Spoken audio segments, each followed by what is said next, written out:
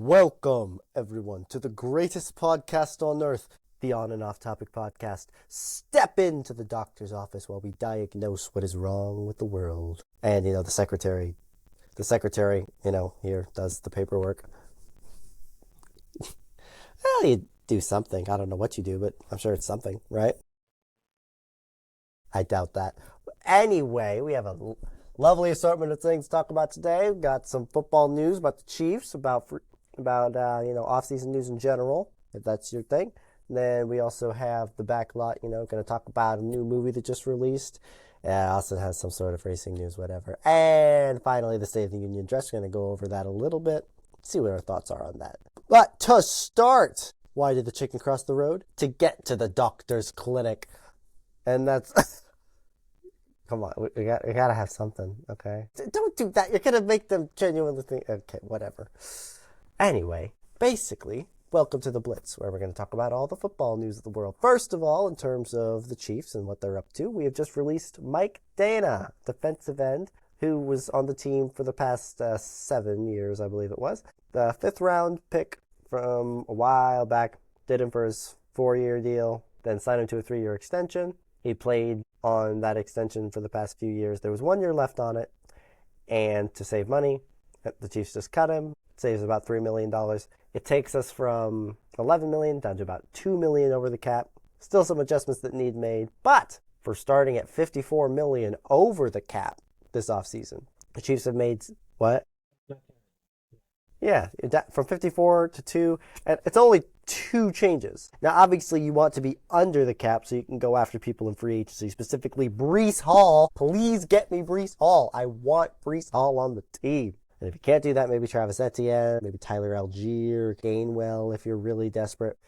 Either way, getting a running back in free agency is a good choice because it's much cheaper than getting a lot of these other free agent positions. Like an edge rusher, which is something we also need. That's like premium, top of money market. And you don't want to have to pay that. So what you do is you draft those and you don't try to get one in free agency. A running backs, however, they're almost dirt cheap. Like Brandon Aubrey, the kicker for the Dallas Cowboys, he is in a position where he might end up making more money than certain running backs. And he is a kicker, just to put that in perspective, all right? So given how cheap they are, even if you get a free agent running back, that shouldn't cost you quite as much as an edge rusher, which is why I think that should be the goal instead of trying to draft, say, Jeremiah Love with the 9th overall pick in the draft. Now, that being said, there have been some other offseason news going on, not just related to the Chiefs. For starters, the Jets and the Titans have announced a trade, which most people didn't notice because both teams are so horrible they don't pay attention to them. But either way,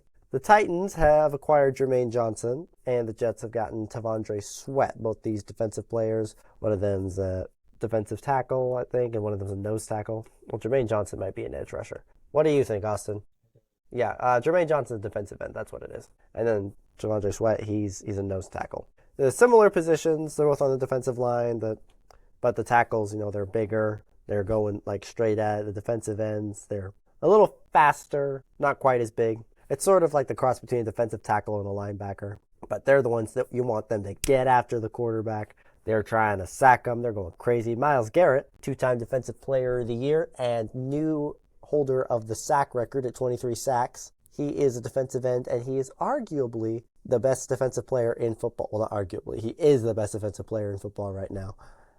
And I think he is going to go down as one of those all-time greats by the time his career is done. But that's neither here nor there. What we have as well is the NFL Combine. Just started today. Well, it started on Wednesday with the kickers, but no one pays attention to the kickers. The kickers are so undervalued, in fact, that every part of the NFL Combine is televised except the kicker portion. Poor guys. But for Thursday, we had the defensive tackles and defensive linemen day show off what they can do. Some of those guys, they're big, but they can be fast. Some of them ran 40s faster than Patrick Mahomes, and I was impressed by that. There doesn't seem to be a lot of crazy news. Some people have managed to bring their draft stock up, but the most interesting news seems to be that the Jets head coach Aaron Glenn was asleep during the combine, and that's not a very good look for a team that didn't get a single interception the entirety of last season, which hasn't happened since I think planes were invented. So yeah, the Jets sort of suck. Like, they can't catch anything to save their life. Austin, what was that? Yeah, you are what some people consider suboptimal when it comes to talking to women. How do you feel that you have any relation to the New York Jets? That's it. Well, I mean, you might be the New York Jets, but I'm the Las Vegas Raiders when it comes to talking to women. The Jets were the second worst team in the league. The Raiders were the worst team in the league. So, That's you so know. funny. Okay, fine. Do you want to be the Tennessee Titans? I don't want to be any football team. They all suck. Football sucks. Hey, Football's hey, bad hey, hey, football. hey, All things you watch your mouth, okay? Watch motorsports instead. Speaking of motorsports, doesn't the first race that start March 8th? Yep. We are going to be in Albert Park, Australia. We're going to Australia, everyone. Gonna get the groove. Speaking of Australian accent, good eye, mate. No? Okay, fine, whatever. Anyway, so we have one more podcast before the race starts. Is there anything that people should know going into next week in regards to the race? Well, Aston Martin's not looking too hot.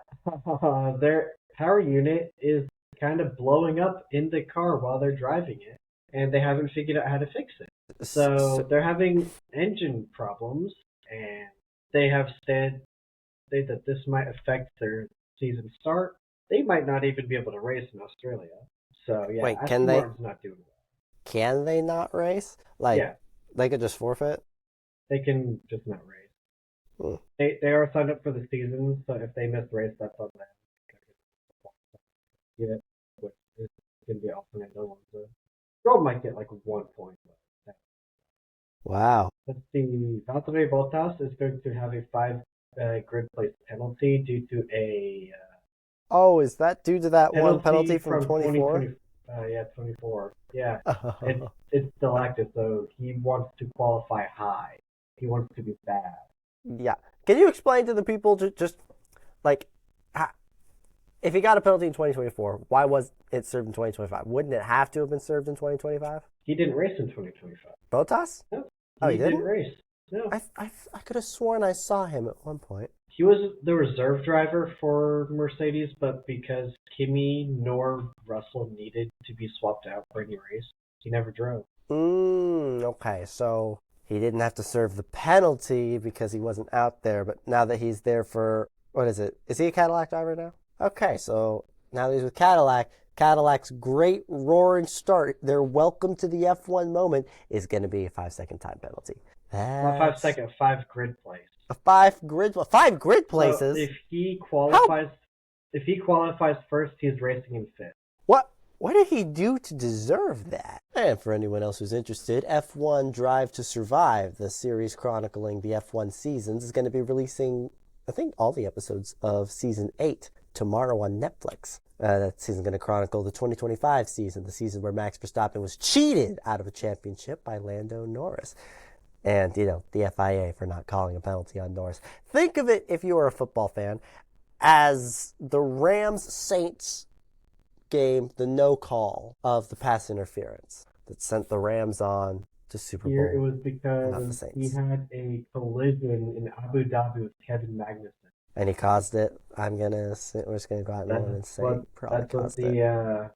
That's what the FIA said. Well, the FIA can be wrong, as we have seen before, but in this case, yeah, it's probably for the best that he has that penalty served, wouldn't you say? I mean, well, we'll see. He's a decent driver, so we'll see how well things go there. I mean, yeah. Let me think. I mean, they're the 22 best drivers in the world. Verstappen has found a way to get more battery power usage out of the car, but it's coming as a risk to his transmission. Oh. So the higher RPMs your car is running, the higher battery charge you get in the battery. So that means if you're just down fifth, you're running higher RPMs, your battery charge is faster. Verstappen decided he's just going to start switching down to first gear, which you're not supposed to do to get those extra high RPMs in those lower corners. Typically, you're still driving in second gear because if you're driving in first, that can damage your clutch, your transmission, and your motor and everything. But he's like, you know what? I need the extra power. I'm going to use it. So we might see some fireworks during these first few races. Red Bull may or may not have a car blow transmission in it. Or they're just Well, gonna have to spend a lot more money on replacing the transmission every. yeah, at least Isaac Hadger will be there to play it safe. So we'll know what happens when an That's average actually racer. looking promising. Yeah, when Hadger drives a car, they get to look at, what it looks like when an average racer races the original cars. Then there's the what happens when Max Verstappen drives our car, and that's obviously a lot different. But, it gives you a lot of looks, You get to drive really cool cars, like certain cars that are in Lego form that Revan has and Austin doesn't. There's also a complaint from all the other teams against Ferrari, as Ferrari had found a little design loophole on their wing to make their car a little bit fast, just a little bit faster. When they activate DRS, it's DRS. They said it's DRS. Their flap, instead of just opening or whatever, once driving and it just flips up like other teams, theirs flips around. So instead of pushing air down, it's pushing the air up, which gives them some speed in some weird physics, aerodynamics. I don't know. I'm still learning. Oh, yeah. Well, if they hate it so much, why don't they just, add it to their cars? Because they've already put the design on theirs, and they can't add any extra upgrades at this point. Not until FIA gives the upgrade rule. Right now, no upgrades. Oh, well, that's unfortunate. Once you have your design, that's your design. Close for now. But in that case, how did they do it in the movie where they switched their design, the car with the thingy and the fancy little pieces? So that is in a season you are allowed a certain number of upgrades, but they always have to be approved by the FIA. Yeah, so why don't they just call what the Ferrari thing is an upgrade and just upgrade all of their cars? Because they don't have the ability. They don't. It's weird. It's in season. You have to do it, and the season hasn't officially started yet. Oh, so they just have to wait till the season starts to do it. They have to wait until they're approved to be allowed to upgrade, and then they have to get the upgrade approved. Seems complicated, but it is what it is. Any other racing news for us to go over? Not that I know. Nothing special. NASCAR last I checked. Yeah, it's only NASCAR. All they do is go in a little oval. It's nothing like F1's It's nothing like F1's complicated rubber band racetracks. Or you could just go on Flex or Hypercar or LMP or. You know that I have no idea what any of those are. Moving on. Rally. I watch WWE. Isn't that excitement enough? Well, yes. You don't watch it because you watch it for the plot. Watch it because of the gossip even. Maybe you do if you're weird. I don't watch it. Exactly. So what would you know? Anyway. Amazing. All I'm saying. Yeah. For the WWE Elimination, what is it? WrestleMania Elimination Chamber? It's not WrestleMania, but there's something going on this Saturday for WWE. What is it? 2026. Let's see. February 28th is an Elimination Chamber in Chicago, Illinois. And I don't quite know how that works because I'm fairly new to this whole WWE thing. But I hear that Alexa Bliss is going to be there, so I'm just going to root for her, even though, again, scripted, so you don't know. But I don't know. We're just going to do that, and then, yay, go wrestling. Moving on to the Backlot. Step outside of our office, to the back of the lot. You can see Movie Mountain in the distance. But today we're talking about a movie that's sort of below Movie Mountain, sort of in the trees, in the forest. A movie with a better soundtrack than Stranger Things Season 5. A movie that we like to call I Can Only Imagine 2. Now, Austin, this movie just came out a week ago, so I imagine you haven't seen it yet. I didn't even know what was happening. Oh. Well, did you see the first one? Or do you know about the first one? I haven't seen it. But you know of it. But you get the idea of it, yes. I know it exists. Okay, it's I Can Only Imagine it's a movie. It's a movie about the making of the song I Can Only Imagine. Mercy Me's a very famous song, Mercy Me, Christian contemporary band, making of that song, and Bart Miller and his relationship with his dad, because everyone knows that relationships with people's dads, it sells tickets. Just ask Star Wars. Isn't that right? He's feeling very passionate today. You can tell by that glimmer in his eyes. Regardless, that movie was good. I haven't seen it in a while. I didn't watch it again in preparation for 2 because time. But either way, I thought this movie, it could be good.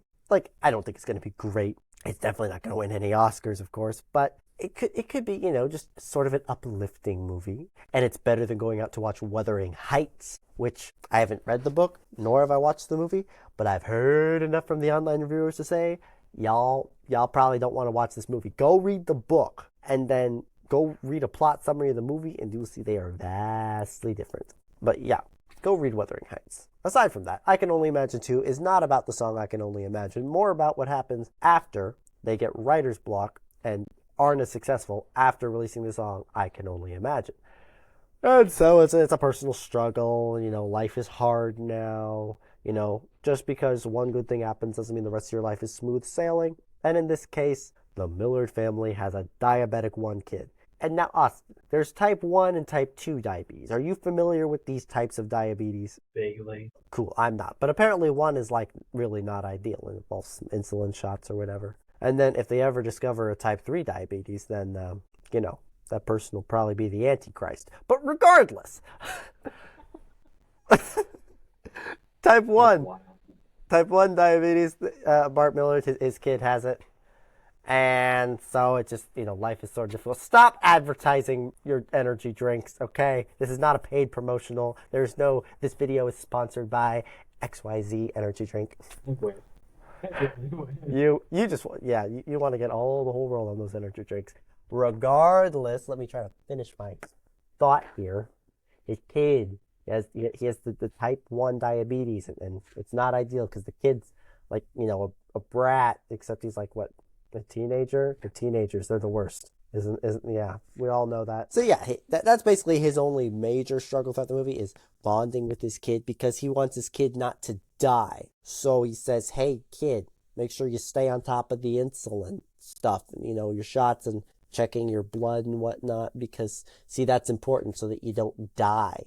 And the kid's like, oh, let me live my life, Dad. Oh, I want to do music. I can handle it myself. And then who would have guessed he has a seizure because he wasn't staying on top of it like a bum. All right? And that sort of gets me to my biggest problem with this movie. This kid annoys me so much. Yeah, he and Bart, their relationship gets better. I mean, it's obviously fixed more or less by the end of the movie. It's in a better place than it was before. And there were probably a thing or two that Bart could have done to be better with it. But all he's trying to do through the entire movie is make sure his kid doesn't die. And to me, it's like, yes, there were some issues. Maybe he lost his temper a little bit, but his kid nearly died before when he was 8, and that's when they diagnosed the diabetes. And so he doesn't want that to happen again. And so obviously he's going to be like, hey, stay on top of this. I don't blame him. I don't ever feel like he did anything wrong. And the kid, he is the issue here. And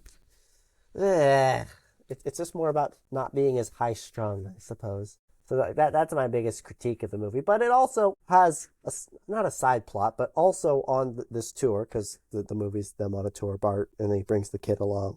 Then there's this other guy, their opening act. His name is Tim Timmons. Now, I don't know what loving parent names their kid Tim when the last name is Timmons, but he's played by Milo Ventimiglia, the guy from Rocky Balboa, who plays Rocky's son there. He's a fairly good actor. I like him.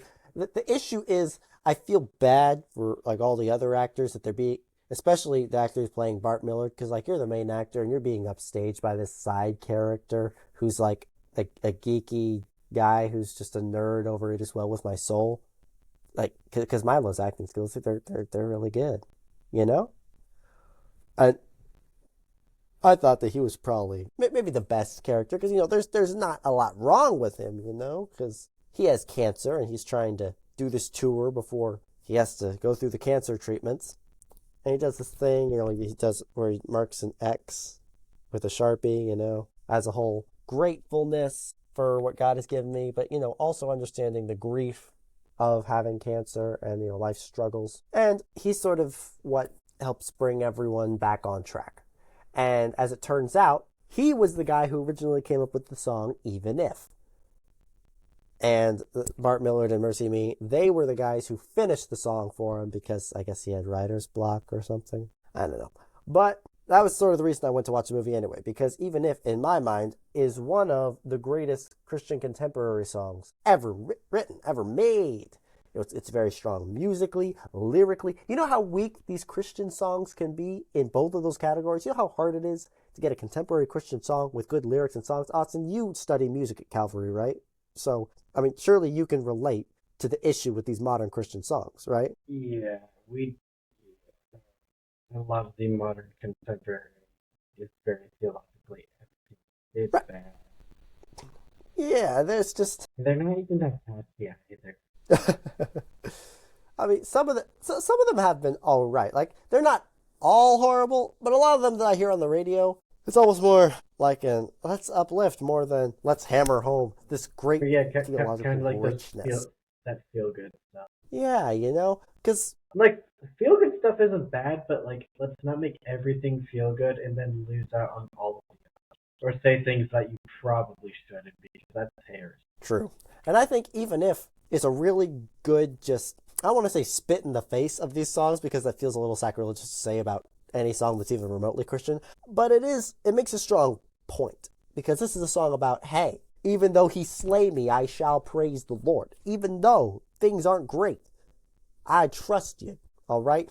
And it's not one of those that, like, it's, there may be pain in the night, but joy comes in the morning. 'Cause, a lot of those can be like, oh, life could be hard, but hey, it gets better. This one is a song that's just, it's somber, and it stays that way the entire song. It gets powerful, and during that ending time when they performed it at the end of the movie, it gave me chills, all right? It gave me chills. But what's very good about it is it's not a happy song. There's a certain contentness, there's a peacefulness, yes, but it's not happiness. And there's a unique distinction there. And I think that's something that Christians in general are sought to seek, or are taught to seek, taught to sought. They sought to seek it. Sought to seek it the toughest. But yeah, because like no one ever promised your life was going to be easy or prosperous, like Joel Osteen might have promised. In fact, a lot of times it's quite the opposite. Hearts will still break. Bones will still break. Things aren't going to go great. Don't look at me like that. I don't know why you're looking at me like that, but it's weirding me out. Yeah, Revan, you should listen to yourself preach a little. Don't get on me about relationship drama right now. That's not the kind of heartbreak I'm talking about. I'm talking about like actual problems, not my imaginary ones. Everything I am mad about is just stupid, and I am just relishing the stupidity of it. Let me have that. Let's worry about the real podcasting issues right now. Please. Thanks for nothing, Austin. You're welcome. I don't even know what I was saying anymore. Just because you just threw it off topic. What do you think this is? An on and off topic hearts podcast? May break, bones may break. But light will overcome the darkness. Yeah. Whatever. I'm over this, all right? I'd still watch it again over Stranger Things Season 5. But yeah, that's it. Do you have anything useful to contribute, to add? I'm baffled. You're the music guy and you don't have any notes. I mean, yeah, I think Christians really do need to, especially when you're writing music, like, let's not just try and be basic in saying, I mean, yes, we should sing God is great, God is amazing, we love God, but at the same time, when it's everything we say, and we don't get into the hearts of anything, we don't, like, mention that, yeah, there's grief, there's going to be pain, there's going to be suffering. And while we can trust in God that things are going to be fine, sometimes it's not. Sometimes it feels like it's not going to be fine. And that's true. We need to acknowledge that more. And not just say trust in God, but, like, just actually talk about what's going on. It's fair. So when we do have good songs like this where it actually does speak to not a congregation, but to a single individual, I really like that kind of music. Mm-hmm. I think the best songs, they speak to you individually, but they can do that to everyone. Like, you can sing it as a congregation, but it is singing to an individual. Well, yeah, like when you make a movie, it's supposed to feel personal, but for everyone's supposed to enjoy it. That's sort of the thing.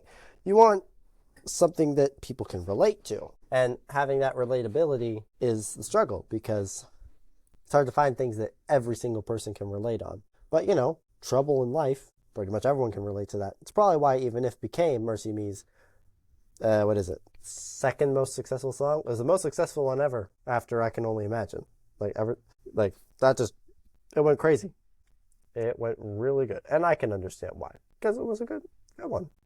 That's all I got to say about it. As of right now, I Can Only Imagine 2 has made $9 million on a budget of $18 million. So people maybe go watch it. It's better than Wuthering Heights. Yeah, because Wuthering Heights is just weird and not book accurate at all. So yeah, go see this because it's cool, and that's the most I can do here. Austin, do you have any other notes to help out here? Okay, fine. You're no help. Moving on to the podium. Speaking of podium, so who was on the podium on Tuesday? The State of the Union addresses one and only President Donald J. Trump. He was there to give a podium address, and it was a great one. It was the longest podium address ever given for State of the Union. I haven't had time to go watch it. You I've didn't, been busy with finals. Finals? There shouldn't be finals for college yet. It's only February. Or not finals, midterms, sorry. Midterms? It's only February. Yes, it is week 8 of 16 next week. What do you know? So, I mean, I'm halfway done with the semester. Okay, well, midterms. What do you know about the State of the Union? Like, did you see anything about it online? Yeah. No. Really? Because there's been a lot of stuff. And I didn't get to see all of it because, I was working, and then I had to watch through half of the WWE. And then I got to the State of the Union address. So, what my first thought was that this is a little long. It's just going, and it's going. But I guess we have a lot of victory. He said near the beginning, I wasn't there for this part, but I saw it later, it's too much winning. We're winning so much. You don't know what to do with it. They say we can't take it anymore, Mr. President. It's too much winning. We're not used to winning this much. So we have to keep winning. There's no way he actually. No, he did. And he has said it before. It might have been during his, inauguration. At one point he promised, you're going to win so much that you're going to be tired of winning. And he said it again during the State of the Union to say, you're tired of winning? Well, too bad. You got to keep winning. Got to keep doing great things for the U.S. Now, as you can expect. The only time Max Verstappen, on the other hand. Never grows old. But as far as this State of the Union went, it's a State of the Union address. There's things you expect, and they happen. Like the craziest State of the Union address that has happened, like where something notable has happened, was where, I don't even know if it was a State of the Union address. It might have been a joint session of Congress where Trump was talking, and then that one guy, I think his name was Al, just yelling the whole time, and then the Speaker of the House, he got him, he just threw him out, like, well, the man at arms, sergeant at arms, throw this guy out because he's being a menace, a disturbance of the peace. And then everything proceeded as normal. Yeah, and there was also the time where the Democrats, they held up all those signs, lies, fake news, not true. So that happened. But as far as this one goes, nothing out of the ordinary. They did celebrate the Olympics. The men's hockey team was invited because, served McDonald's. The what? They were served McDonald's. They were they? So they were served McDonald's, but you don't know anything else about the State of the Union address. That's the one thing I saw. Leave it to Austin to only know what food they ate, which, he's not even a big food eater, but it's such a random and useless fact that, of course, he would know it. It's only because the Canadians are making fun of the U.S., being like, well, look at your champion team who served McDonald's by your president. I'm like, honestly, that's kind of fair. But McDonald's is like the American food. That's like the American meal right there. Let's have a bunch of athletes who don't really eat fast food or junk food. The most fatty, junk foody, fast foody. Yeah, so obviously they earned it. Winning gold over Canada, like winning gold in general is great, but over Canada, in our fourth best sport versus their national sport. I say we should have said winner gets to take the other one on as a state. Our 51st state. Yes, we put it up to a hockey match. They just don't know it yet. Canada, we own you. You know what? They also blew a really surprising World Series where they were real close to winning the World Series. The Toronto Blue Jays. Baseball game. Yeah, Toronto Blue Jays, and they pulled out pretty well ahead, surprisingly enough. And then the Dodgers kept chipping away. Then they came back, and then they won in Game 7. It was a cinematic game. And I don't even watch baseball a whole lot, but I can tell you that was a good game because I watched the World Series. That's something I always make sure to tune into. And I was just like, Toronto, how do you blow it to the Dodgers and let them become repeat champions for the first time in 20 years? So Canada are a bunch of choke artists. They ought to call them Josh Allen because of how bad they are at winning. Ha ha. So anyway, as far as Super Bowl rings go, they also don't have any. That's where the Josh Allen connection goes. They haven't won any world championships in football yet. Yeah. So I'm just They're saying. like, what, 50-something? America still got it. If anything, we got it better than ever. Although I have seen a lot of... What? Canada's only F1 driver ain't that right. Who's the Canada F1 driver? Is it Behrman? That is Lance Stroll. Stroll? Oh, no one even talks about Lance Stroll. No wonder. But to be fair, there's no American drivers in F1 at the moment. Either for the American team, so I don't think we can talk. Yeah. We're waiting. Probably going to replace Bottas. But maybe Perez. I think Bottas has the more impressive mustache because he's the only one with a mustache. But it is a very impressive one. Yeah, he's cool. But anyway, Canada not winning it. America, we've got it. Although I have heard a lot of politicizing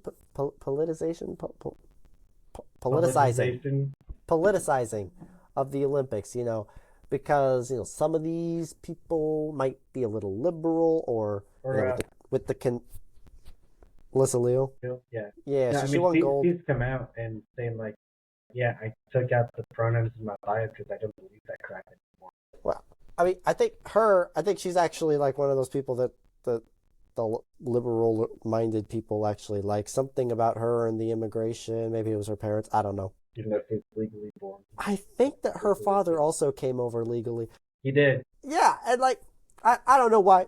Look, I don't want to politicize the Olympics. And most smart people don't want to either. Like the men's hockey team, they were just glad to win for America. And there's the next fist fight. The American won. Oh yeah, American fist fight. Of course we won. We're Americans. We're not polite like those Canadians. You can't say that on a podcast that doesn't have an explicit warning. And I don't want to have to go through the process of putting an explicit warning on this thing. Just don't. Moving on. Point is, let's let sports be sports and politics be politics.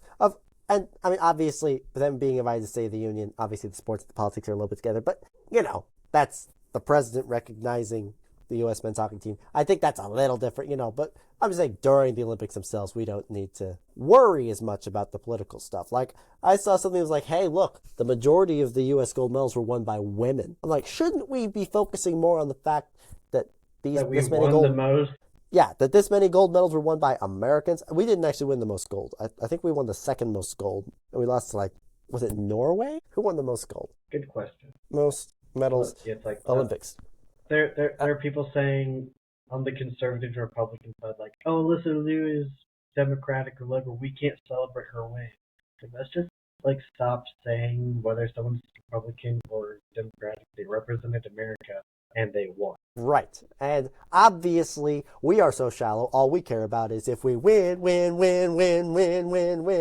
we do is win, no matter what. Yeah, it was Norway. I don't know the rest of the lyrics to the song. So Norway won 18 gold medals, and the U.S. won 12 gold medals. Norway won 41 medals total, and the U.S. won 33 medals total. We were second place in both categories. I don't know. It's the Winter Olympics. Isn't it all snow in Norway? They probably had home field advantage. I mean, they're also Vikings. I mean, I get it. Exactly. You can't bet against Vikings. Everyone loves Vikings, except probably the people the Vikings conquered. But aside from that, maybe they wanted to become Vikings, and that's why they let the Vikings conquer them.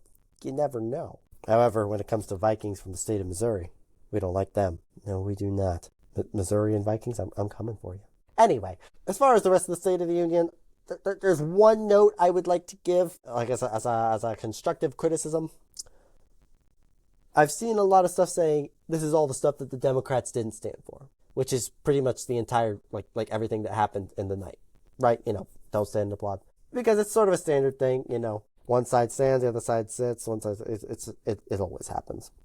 This is always how it goes. I think that maybe we need to find a new way to look at this. First of all, I don't think that we can say every single Democrat did this and that. When we say the Democrats, we're not saying all of them, but that's the general implication that comes with it. For example, John Fetterman, I saw him stand and clap for some things. It's easy because he's hard to miss. He's got a very distinct style. And, he seems like a fairly sensible Democrat as far as sensible Democrats go. Sensible. Yeah, he said, I stood for this and this and this, because I respect people and human beings and, want the best for all of them. Like, if you don't want to stand for Trump on his, economic policy, I understand. Okay, I wouldn't want to stand, mostly because I don't want to get up and down for a whole 2 hours. If you don't want to stand, go for it. Okay? But, on a few of those things, you probably want to stand. Not just because, it's the politically correct thing to do, but, it's just the right thing to do. This 100-year-old military veteran whose story was not known, but he did stuff in the Korean War and I think World War II, and he got the Congressional Medal of Honor? Yeah, Congressional Medal of Honor. And it's that should get everyone standing ovation, okay? This guy is finally getting recognition at the end of his life. That is well-deserved praise. Okay, that has nothing to do with Trump. Yes, Trump decided to give him the medal, but aside from that, he has nothing else to do with it. You're applauding this man, what he did, his service, that sort of thing, So it's those sort of things where we're applauding the people. If it's a policy that has to do with, something like, economics, maybe the border, or, other stuff like that, national monuments and parks and whatnot, that's important, yes, but it's not something that I think I would fault you for not standing for. There was, of course, the trap, as one may call it, where Trump's if you believe that the U.S.'s first responsibility is to its citizens and not illegal aliens, please stand. And obviously, the Republicans stood, and I'm going to say most of the Democrats sat. I can't say if all of them stood or sat because I didn't see it, because at that part I didn't watch the program, so I don't know. And I haven't seen any full video of it. But we're gonna say most of them sat because, Trump wouldn't say, why are you all sitting, unless the majority of them were sitting. Because, a lot of them are very pro-illegal alien. And that's sort of the thing I want to say. The one thing that I would critique for everyone, including the Republicans going forward, is let's just say, hey, these people didn't stand for anything. These people didn't stand for this. Not all Democrats, but these specific people, XYZ, I even saw Elizabeth Warren stand up and clap for something. I don't remember what it was, but she did. And I'm that's respectable. I respect. Oh, yeah. So I think it's more about let's focus on which people are crazy enough not to stand and not which party is crazy enough not to stand. Let's just say this group of people and ideology, we might not agree with it, but that doesn't mean that they're all bad. It's just these people over here that are a little crazy. If that makes sense. I think that makes sense, doesn't it, Austin? All right. Do we have anything else to add today? I think so. Oh, it was a lovely podcast. We kept it under an hour, way under an hour today. I know, we're so great at our jobs. Perhaps the world is getting better. Perhaps there's less crap in the world to talk about. Meaning, we're on the right pace. I could go on a little bit of a tangent with something else.